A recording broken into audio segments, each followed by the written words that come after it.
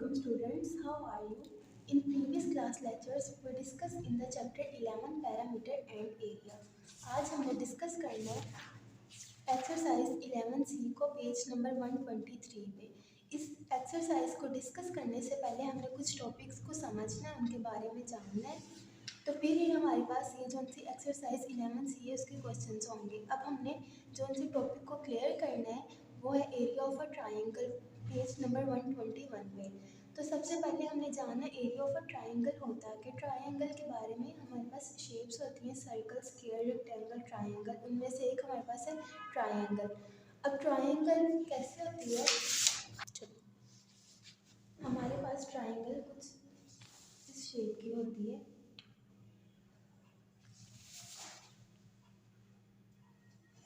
ठीक है, ये हमारे पास ट्राइंगल होती है। अगर सिंपली बात की जाए ये ट्राइंगल है, अब इसको मैं खुद से नाम दे देती हूँ। इसको मैं कह देती हूँ ये मेरे पास ए है, ये बी है और ये सी है। अब ए से लेके बी तक और बी से लेके सी तक और सी से लेके ए तक ये हमारे पास एक ट्राइंगल है। अब हमने देखना है कि इसमें से बेस कौन सी है और हाइट यानी एल्टीट्यूड कौन सा है। अब बी से लेके सी तक जो सी स्ट्रेट लाइन है, ये स्ट्रेट लाइन हमारे पास होती है, इसको हम स्ट्रेट लाइन कहते हैं, जो सीधी लाइन होती है। अब बी से लेके सी तक मेरे पास एक स्ट्रेट लाइन है, यानी कि ये मेरे पास बेस है। ठीक है, अब इसको हम बी से डिनोट कर सकते हैं, यानी कि बी से लिख सकते हैं। अब इन एक ट्राइंगल के अंदर हाइट भी और एल्टीट्यूड भी होता है। हर हाल में एक ट्राइंगल के अंदर हाइट, एल्टीट्यूड होता है और बेस भी होती है। अब हमने इधर से एक लाइन ड्रॉ करनी है खुद से जो सीधी जाए, हाइट सीधी होती है। तो ये हमारे पास यहाँ से लेके यहाँ तक एक हमारे पास लाइन ड्रॉ हुई है, इसको हम कहते हैं हाइट। इसको हम h से डिनोट कर सकते हैं। ठीक है, लिख सकते हैं।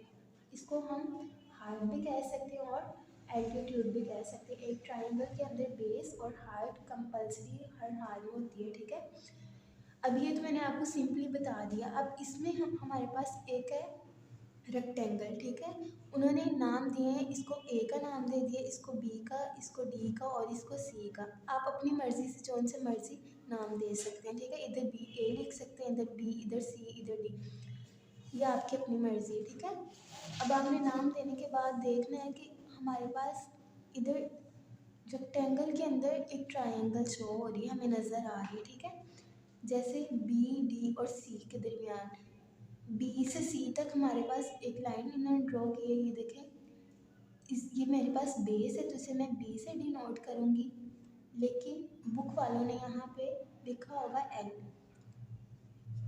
और क्या नाम है, इसके साथ ही हमारे पास अगर हम देखें डी से लेके सी तक, यानी कि सी से लेके डी तक हमारे पास बी है, तो वो हमारे पास क्या है, हाइट। इसको हम एच से डिनोट करते हैं और इसको हम जो सी बेस है उसे बी से डिनोट करते हैं। अब हमने क्या करना है, ये हमारे पास formula area of a triangle B C D, यानी कि बी सी डी हमारे पास यहाँ से लेके एक ट्राइंगल शो हो रही है, इसको भी हम निगलेक्ट कर देते हैं। इसका इस रेक्टेंगल के अंदर, ट्राइंगल के अंदर कोई काम नहीं है, इसलिए हमने इसको भी निगलेक्ट कर दिया, छोड़ दिया। हमने सिर्फ देखना है बी, सी और डी के अंदर जो सी ट्राइंगल है, रेक्टेंगल के अंदर जो सी ट्राइंगल है उसके बारे में बात की जा रही है। उसका फॉर्मूला मेरे पास है 1/2 area of a triangle. Area of a triangle इसलिए लिखा है क्योंकि जो बाहर वाली सतह है, जो बाहर आउटर साइड है इसकी, वो हमारे पास ट्राइंगल के अंदर, रेक्टेंगल के अंदर ट्राइंगल है ना, तो इसीलिए हमने एरिया ऑफ अ रेक्टेंगल इसलिए लिखा है क्योंकि एक रेक्टेंगल के अंदर ट्राइंगल है। अब area of a rectangle, sorry, area of a triangle, triangle को हम मैथ्स की फॉर्म में इस तरह शो करते हैं। ठीक है, यानी कि छोटी सी ट्राइंगल को बना देते हैं। तो इसका जो है एरिया ऑफ अ ट्राइंगल का फॉर्मूला मेरे पास है एरिया ऑफ ट्राइंगल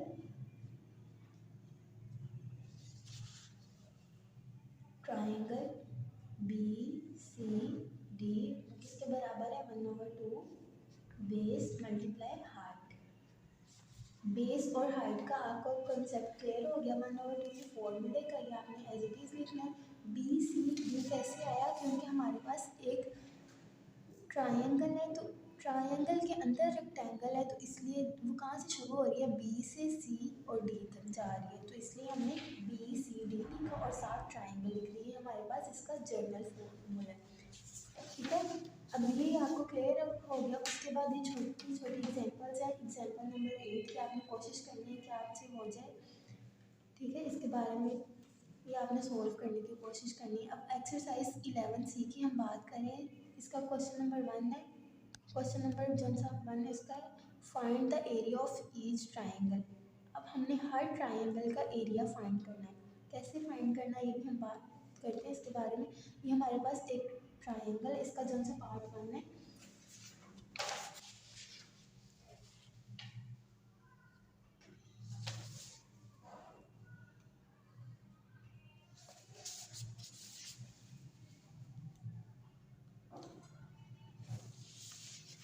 ठीक है। ये हमारे पास एक ट्राइंगल है। अब हमने इसकी जो सी लाइन ड्रॉ कर रहे हैं जो बिल्कुल सीधी है, इसको हम हाइट कहते हैं, इसको हम एच से डिनोट करते हैं। अब हमने खुद से इसको नाम दे देने हैं। इसको हम कह देते हैं ये हमारे पास ए है, ये बी है और ये सी है। अब बी से सी तक हमारे पास एक लाइन है जो स्ट्रेट है, इसको हम कहते हैं बेस, ठीक है, जिसको हम बी से डिनोट करते हैं। और एक ट्राइंगल के अंदर हाइट भी है जो कि बिल्कुल सीधी जा रही है, उसको हम कहते हैं हाइट और एल्टीट्यूड, उसको मैंने एच से डिनोट कर दिया। अब हमने सिंपली एरिया फाइंड करना है, इसका एरिया मालूम करना है।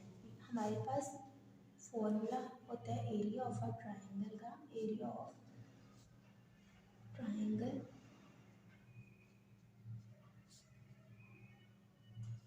किसके दरमियान है, ए बी सी के, तो हम लिखेंगे A B C 1/2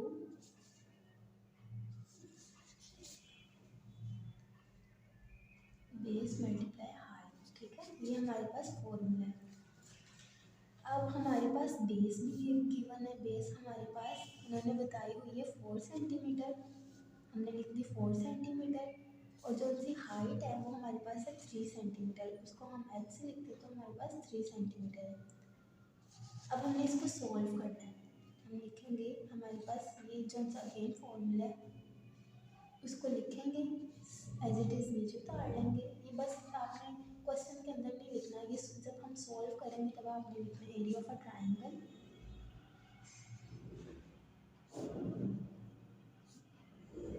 A B C 1/2 base multiply height, ठीक है। ये लिखने के बाद अब आपने 1/2 वैसे लिख देना है।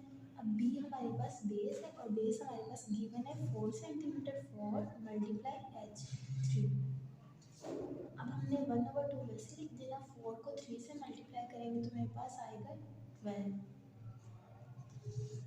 अब 1/2 को जब हम मल्टीप्लाई करेंगे 12 के साथ तो मेरे पास आंसर आएगा 6। तो ये हमारे पास एक आंसर है, ठीक है। इसी तरह क्वेश्चन नंबर 2 हमारे पास है। ये हमारे पास इसको ए कह दिया, इसको बी और इसको सी।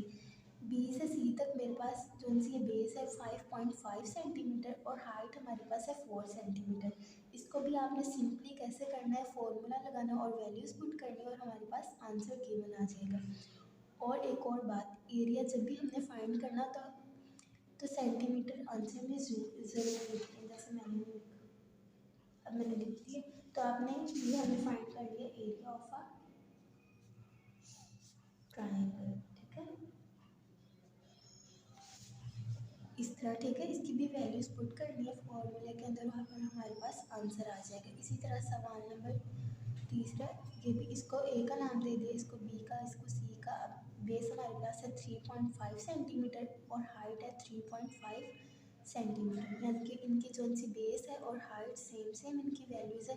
तो आपने सिंपली इस फॉर्मूले के अंदर पुट करनी है और हमारे पास आंसर आ जाएगा, यानी कि हम इन तीनों का रेक्टेंगल्स है जो सी हमारे पास उनका एरिया फाइंड कर लेंगे, ठीक है। आई होप आपको समझ आई होगी। फिर भी अगर आपको कोई कन्फ्यूज़न है तो आप प्लीज़ बात कीजिएगा मुझसे, मैं आपको क्लियर कर दूँगी। कल इंशाल्लाह हम क्वेश्चन नंबर 2 और फिर आगे डिस्कस करेंगे। ओके, अल्लाह हाफिज़।